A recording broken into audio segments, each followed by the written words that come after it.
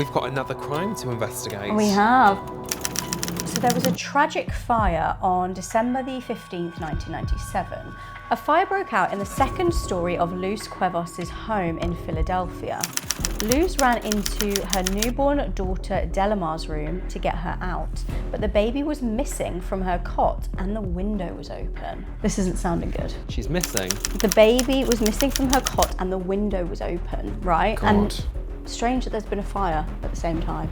Yes. Luz sustained burns to her face and her other two children were rescued, but baby Delimar was gone. It's too much of a coincidence. It is a bit of a coincidence, but has somebody set the fire to enable them to steal the baby, perhaps? That's where my mind goes. Diversion, fire. Yes, or something's already happened to this baby. The fire is a convenient cover-up. I think the fire came after the baby was snatched. I need to hear more. Okay. The fire was blamed on an overheated extension cord connected to a heater. Interesting. The window's open. Yeah. No remains were found. Firefighters and medical examiners claimed Delimar was completely consumed by the fire, leaving no remains. Now, I'd like to stop you there. I did research a case the other day where even the pet parrot, there was a fire in the house, the pet parrot's remains were there. Okay, well then there's going to be remains. There's going to be a small something. child. I think we can agree that this screams of Foul play. Something fishy has gone on. You're thinking the baby is elsewhere. Yeah. Yeah. We're going to need the next piece of the puzzle. We are going to need the next piece. Let's move on to the investigation. Okay. Okay, so 5 years passes. 5 years later, Luz was at a birthday party for her daughter's friend, and she saw a small girl at the party, and she looked familiar. Oh my God. In fact, she looked just like her daughter, but this little girl was called Aliyah. She had very similar dimples to Luz's older daughters. The little girl, Aliyah, had bubble gum stuck in her hair.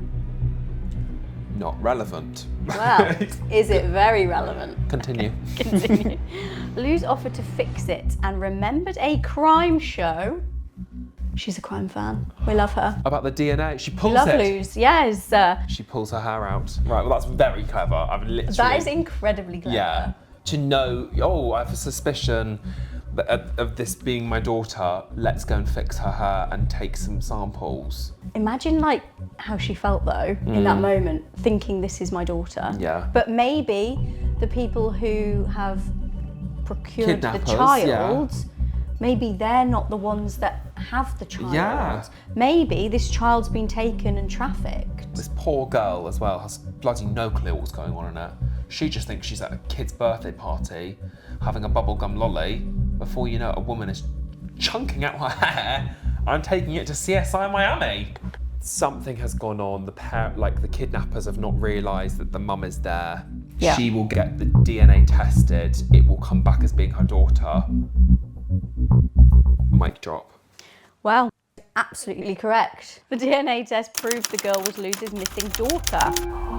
After 5 years of time passing, you've completely come to terms with the fact that your daughter is dead. Is dead. And then going to a party and being like, that girl looks familiar. It must be incredibly hard because you probably think you're being paranoid and then you're like, on the off, you've got to convince yourself that you're not actually just being crazy. I can't wait to see the reveal. I'm literally dying to know what happened. I'm so excited. Okay, Jack, let's see who is to blame. I'm actually really excited. Listen to this. So, the day before the fire in 1997, a distant cousin of Luz's partner, Carolyn Correa, had visited the home. You can see where this is going. Distant cousin. She returned the next day claiming that she'd left her purse upstairs. Not long after Carolyn left the house, the fire broke out and the baby was missing. That's absolutely, that is crazy if she thought, I'm going to create a distraction and create a fire. And this is her own family. This is a distant cousin. Yeah. After obtaining the DNA results, Luz went straight to police and they went to place the girl in state custody. But Carolyn, the kidnapper, had fled. Aged 42, Carolyn was charged with kidnapping, arson, and concealing the whereabouts of a child. She was sentenced to 9 to 30 years in prison in 2005. I'm really confused as to why it's 9 to 30 years when there's been those 3 crimes. So what, 3 years a pop, potentially? Yeah. 3 years for a 5-year kidnapping. One of them by itself, like just breaking it down, arson would be like, I think should be 15 years. You've attempted to burn someone's house down and could potentially kill 3 children. And if we hadn't had the birthday party, it would have been kidnapping for life. This is intent. She deserves life. Yeah. And that tracksuit, she looks like she's in a morph suit, Oh, you know, on a stag do. She looks like a Smurf. She does. That is the real crime. Again, crime. Lock her up. I have 10 years for All this. crimes. Yeah. Once, twice, thrice, quadrice. Lock her up. In 2004, the kidnapped girl, Aliyah, was returned to her birth mother, who she'd never known, and she was renamed Delimar. So, I think that's good. I mean, you wouldn't really want to keep the name Aliyah if that was the kidnapped name. no, she's a liar. She is the liar. Liar. I am really glad that we've had a murder-free one this time. My hunch was that this wasn't going to end well. It's a happier ending, and that like the mum got the daughter back, renamed her, rehomed her, and they can start to piece this back together. Hi, I'm Charlie, and I'm the crime expert. And I'm Jack, and I'm by no means a crime expert, but I am a big fan of crime stories. In every episode, we're going to discover a new crime and we're going to unpack it on camera. So, listen to this. So this one is called The Satanic Cult Kidnapping, Australia 2008. Oh my god. You have my attention. Yeah. So it was March 2008 and devout Christian couple Carolyn Watson, who was 17, and Julian Matthias Butchwold, 22, were going on a picnic in Australia. On the journey, Julian stopped the car to look at a dead animal at the side of the road, as you do. Roadkill. Roadkill. Okay. That's piqued his interest. Yeah. A man in a balaclava appeared from nowhere and blindfolded Carolyn, stripped her naked and tied her up, and drove her to a remote part of the Australian bush. Okay, yeah, he pulls over, look at this dead pigeon, boom, kidnapped. Boom. It feels a little bit convenient. Oh, look at this, I'm just gonna pull over. Yeah. Yeah, I just feel like I would never pull over to see a dead fox or a raccoon. So when the car stopped, Julian took Carolyn's blindfold off. He too, so Julian, had also been stripped naked, and he told Carolyn they'd been abducted by a satanic cult. They'd been abandoned in a remote area, their clothes had been cut off and their hands had been tied. Julian untied Carolyn. Luckily, they found their abandoned picnic bag containing peanut butter and tahini. Oh, well, that's all you for need. Their picnic. That is all you need in the wilderness. They said, you know what, Let's make some hummus. We're naked. Yeah, but Let's we've got a whole batch of tahini. Yeah. This does feel a little bit convenient, doesn't it? It does. Pull over, there's a dead rat. Boom, she's kidnapped. Let me untie you. Yeah, and also we've conveniently got the picnic items. We've got a whole tub of peanut butter. Where's that come from? They hid from the kidnappers for 6 days, braving freezing temperatures in a sleeping bag Julian said the Satanists had dropped. They had to cuddle together to stay warm.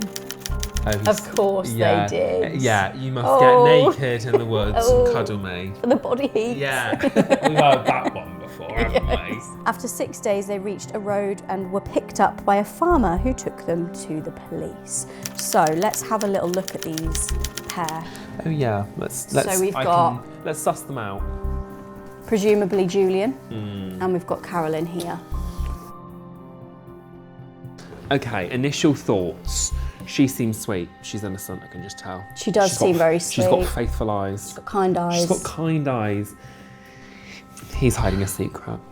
And he's hiding some tahini at the looks of it. Some peanut butter. Yes. They're both so young as well, 17 and 22. It's a bit of an age gap there. That's a bit fishy in 5 itself. years. If I was 22 and I brought home a 17-year-old, that's quite weird. That's really weird, actually. Oh! Okay, so what are we thinking so far? I think it's all a bit convenient. Yeah. Okay, you think it's, he's I think he's not mentally well because he's talking about, you know, Satan and satanic cults and surviving in the wilderness for 5 days. No one has died yet. No one has died yet. The man in a balaclava appeared from nowhere and blindfolded Carolyn. It could have been him. It could have been Julian. Balaclava. Yeah. You're actually... That is such a good point. She's like, oh, Julian, I've just found this dead rat. He comes from around the back wearing a balaclava, kidnaps her, throws her into the back of the van with the dead rat. Just to add insult to injury. Just rubs salt into the wound. Yeah. Drives her off as the kidnapper. And then he's like, oh my God, like the satanic cult. Maybe this is all just one big plot to woo her over. Maybe it is. After 5 to 6 days of living off nothing but peanut butter and tahini and having naked cuddles, she's not going anywhere. And devout Christian couple. Am I sensing maybe they haven't done the business? Yes. This seems like it would be a bit of an elaborate ploy to get her naked. Get her in the sack. God, I really hope no one ends up dying. Let's move on to the investigation. Let's actually look into some further notes. The police had been searching for the missing couple for nearly a week. The police interrogated the couple and found out that they were boyfriend and girlfriend, but that they were celibate for religious reasons. Well, sorry, but we can spot a red flag a mile off. Yeah.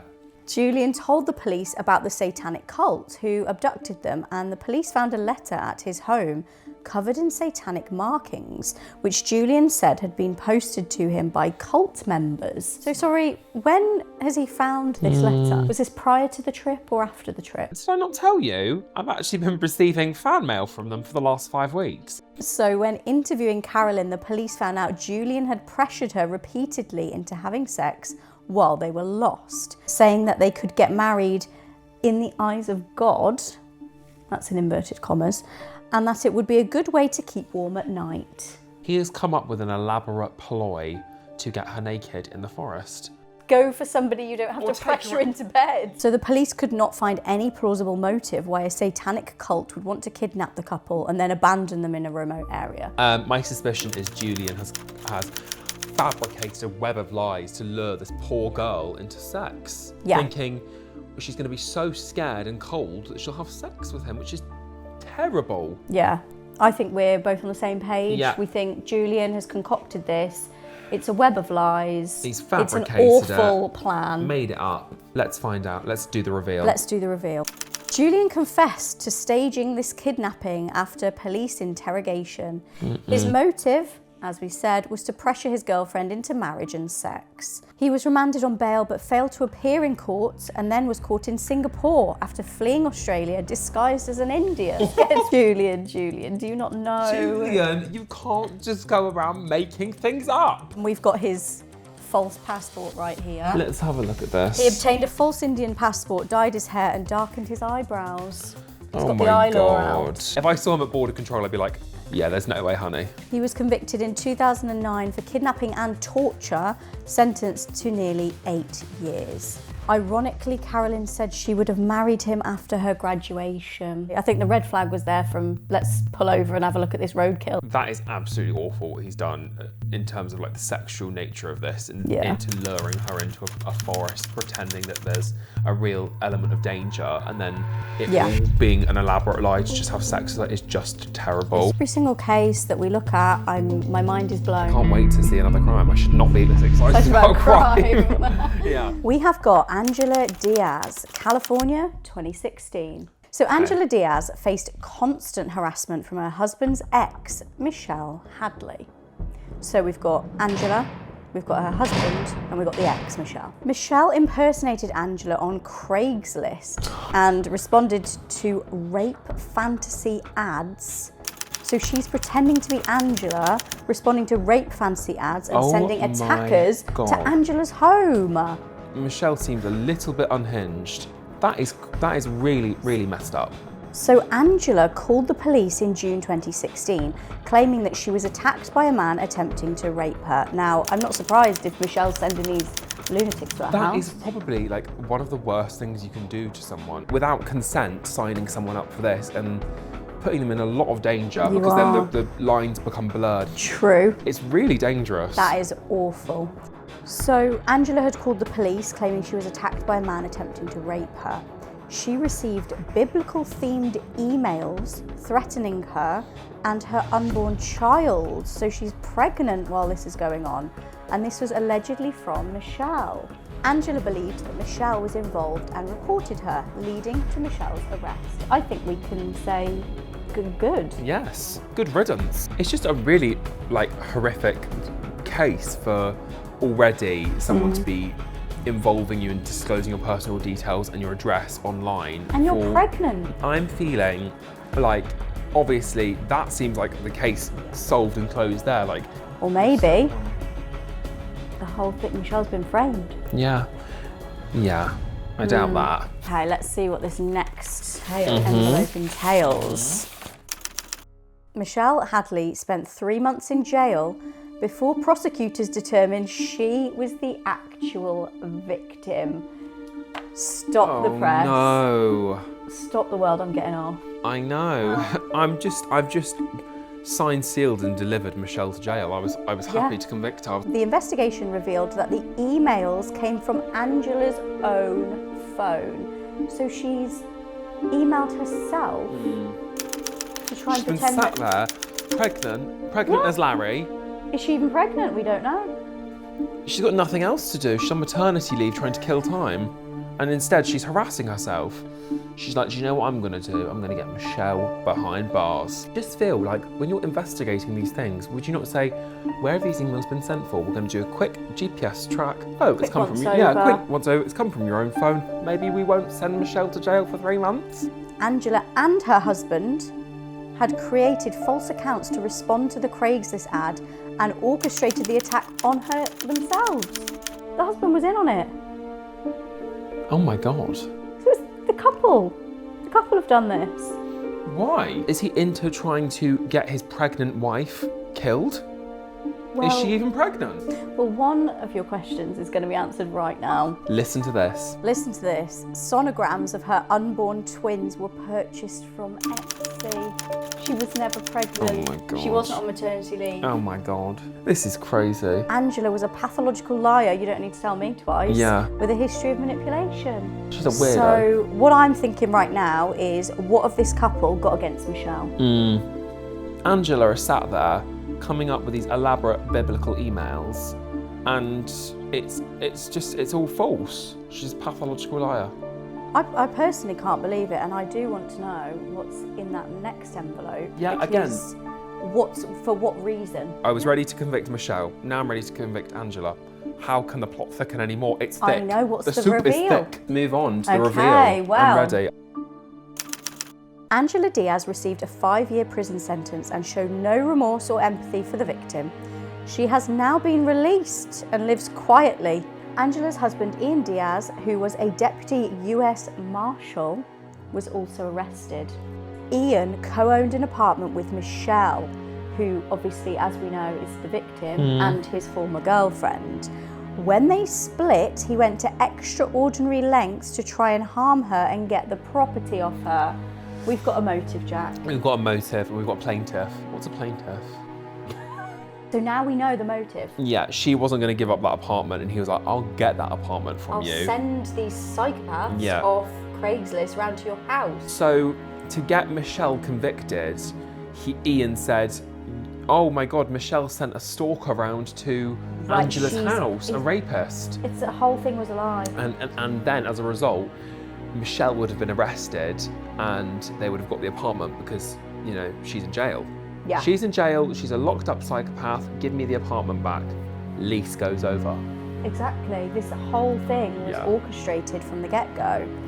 Ian Diaz was convicted of conspiracy to commit cyberstalking, actual cyberstalking, perjury, obstructing a federal proceeding, and was sentenced to 10 years and 1 month, good luck, in June 2023. And how long did Angela go away for? Angela went away for 5 years and showed no remorse or empathy, so she should get another 5 for just that. She should.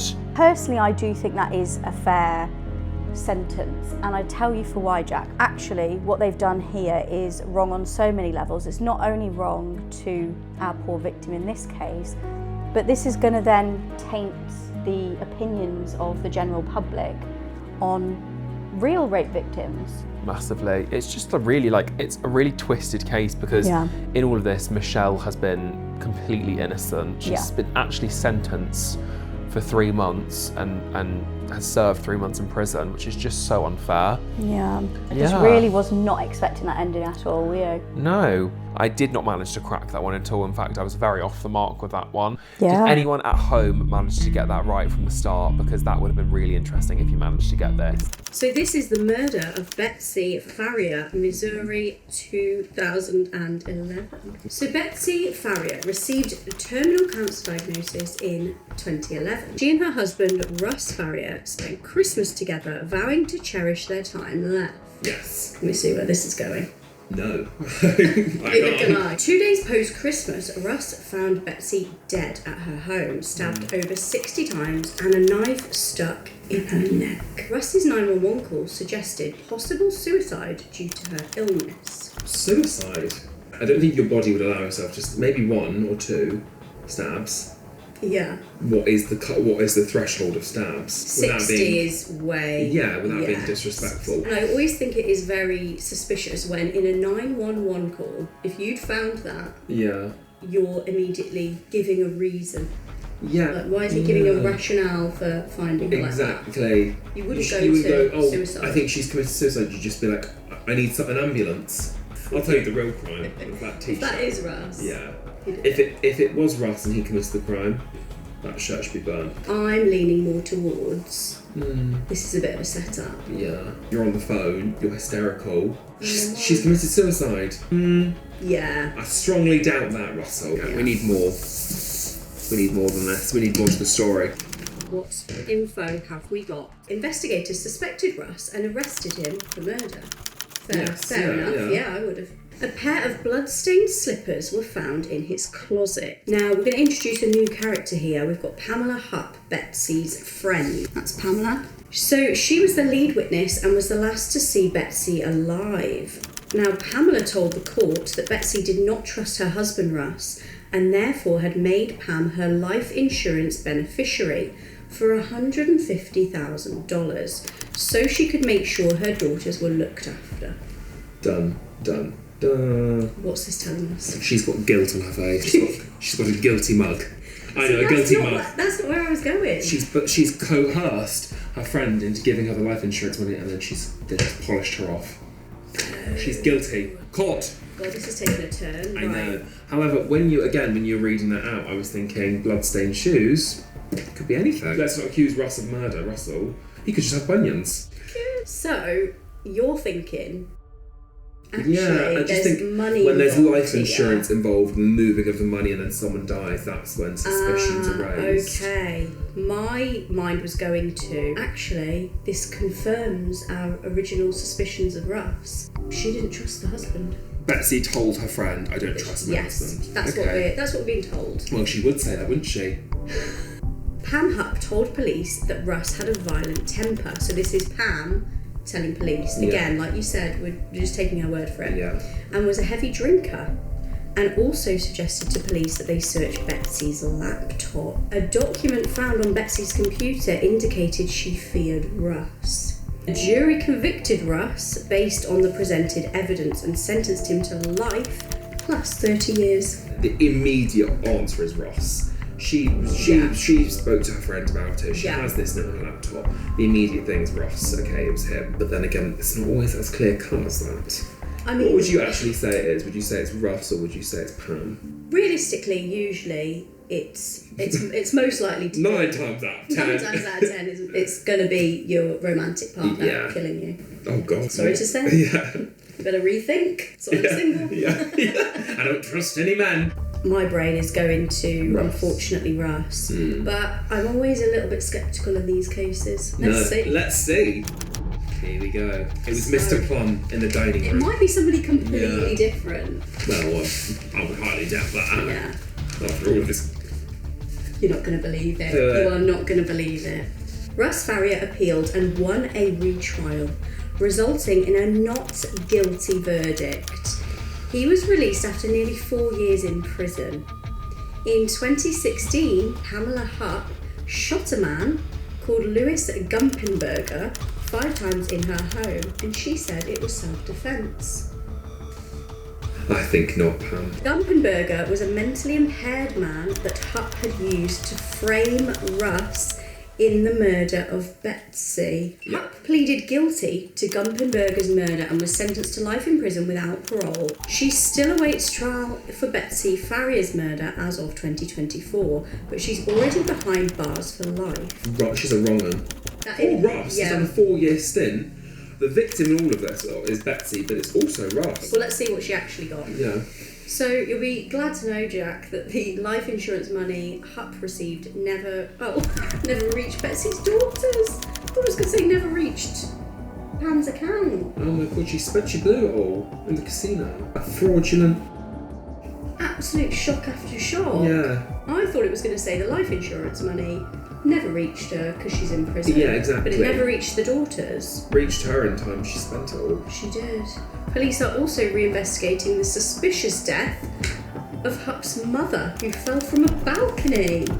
She's a maniac. She's an absolute maniac. Where are those blood-soaked slippers I know. involved in this story? Maybe they were actually his bunions. Or maybe she framed him and she put them in there. What an enthralling case! I know, I can't believe you worked it out before me. I'm quite offended. I know, you're meant to be the expert here.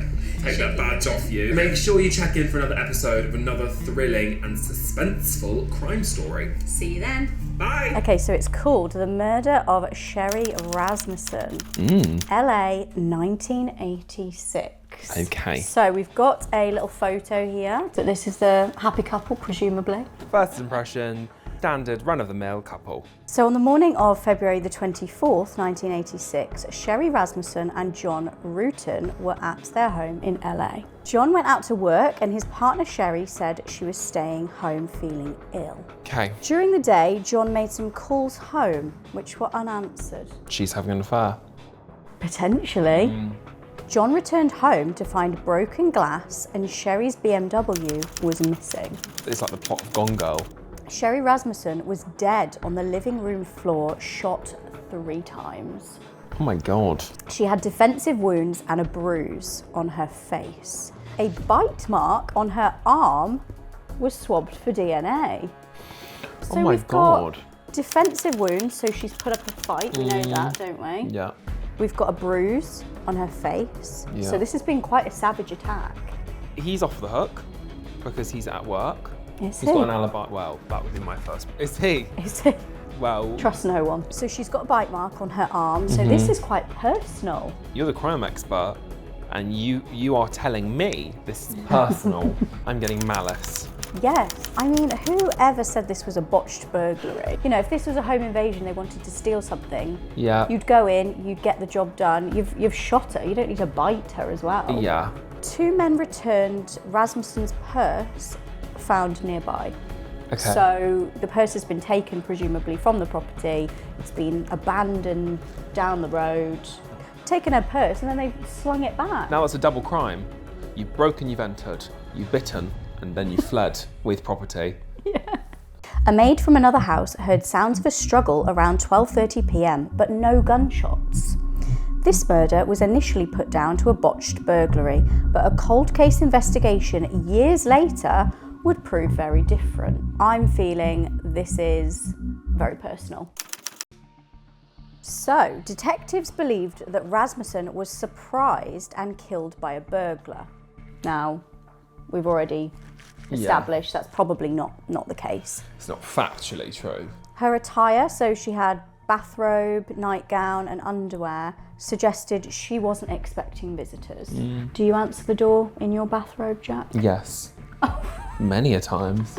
There was a stack of electronic equipment piled up which suggested that the burglar was getting ready to steal it when Rasmussen encountered them. Jewellery was left behind and the vehicle was taken as a getaway. Lead detective Lyle Mayer ruled out her partner John as a suspect. The cogs are turning. He's been ruled out. He was at work. Yeah. Presumably loads of people saw him at work. What are we thinking? Jewellery was left behind, so that kind They've of... done a really shoddy job of a burglary. Yeah, what were they trying to Bags burgle? left, camera equipment left. Something doesn't feel right in my gut. Jack, we've got some further information. I'm scared. Listen to this. Okay. Sherri Rasmussen's father reported that an LAPD detective, Stephanie Lazarus, who was John's former girlfriend, Yeah. had been harassing the couple recently. Wow. And she's called Stephanie. So the bullets were identified as Federal .3HJ plus P. So I'm not an expert in bullets, but No, but that sounds federal. they're police It bullets. sounds, yeah. A bite mark was unusual, but the burglary theory persisted. Come on, guys. All I'm thinking is, why would you bite somebody if you're a detective? You know that that's going to leave a hell of a lot of evidence. Yeah. But maybe In the sheer frenzy of it all, she's like, passion took over Yeah. until the cold case was reopened 23 years later. I don't understand how these 23 years. things reopen. Shall we get into the big reveal? Yes, I'm dying to find out. Can't I'm wait. excited. Who bit her? Who bit her? And it's a woman. It's a woman and it's not our victim. In 2009, Los Angeles police interviewed Stephanie Lazarus. So Lazarus, as we said, Stephanie, was an old girlfriend of John's and had taken exception to him marrying Rasmussen. So she didn't like our victim No. because she stole her man. Yeah. It was finally revealed that Lazarus had murdered Rasmussen out of jealousy after harassing the newlywed couple for months and made efforts to stage the murder as the scene of a burglary gone wrong. Wow. 23 23 years has years. passed. She thinks she's off the hook. She's been a free woman. What are your thoughts on this murder? My gut is always the romantic partner. This time, He was at work. he was simply at work. Yeah. I think it's almost more sinister the fact that she has calculated this. She has Yeah. made it seem like it's a burglary. She's used her position of power Yeah. to have the knowledge of how to get away with it. She's gone in, she's staged it, she's taken the car, she's flung the purse, and then she's got away with it. But she couldn't resist a little bite. She couldn't resist a little gnarl. In 2012, Lazarus was sentenced to 27 years to life in prison. She's eligible for parole. Jack, you won't believe this. Spring 2024. That's She's now. out there now. Oh my god. It's a real crime of passion. It but is. This time, it's a third party. It is incredibly wild what love can make people do. It is wild. I don't understand in people's heads how they think, if I killed Sherri, he'll be with me. Or maybe she just thought, I want her out of the picture, but still, it's very twisted. Get yourself on Tinder, you don't go around biting and killing people. Yeah. Not quite what we expected, but we knew Yeah. there was some kind of foul play. I can't wait to unpack another one. Yeah, excited to see you all next time. Yes, see you next time on Listen to This. Bye.